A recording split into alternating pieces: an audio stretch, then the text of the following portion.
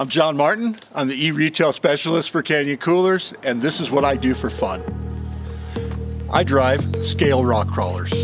I started in about 2006. I was building small trucks out of brake line and brazing them together and using axles from another kit and a transmission from another kit and drive lines from another kit, and you would have to just compile these parts, and everything was hand built back in those days.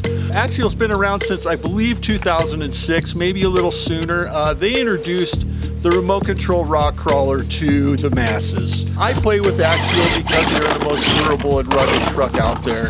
With very little money, you can get out and have fun. It's fun for the whole family. There are any number of aftermarket parts you can put on these things. They make 3D printed parts, any kind of 3D printed parts you can think of, including a scale Canyon cooler. It's available from James Knight. He's one of our partners. He makes very true and realistic scale products for these little trucks. I attend several events a year where we, I'll use air quotes, compete. What that really means is we play with toy trucks for 5 days at a time.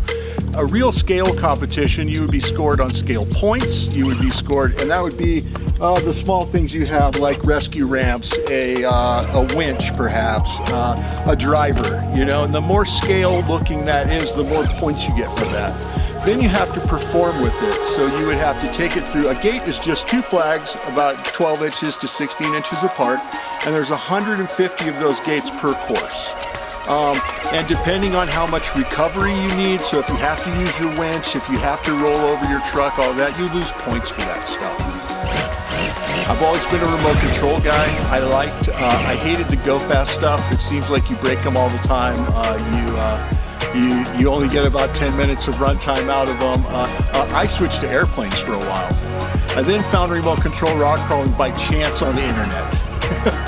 And I was hooked before I ever built one. It's slow, you get a lot of runtime.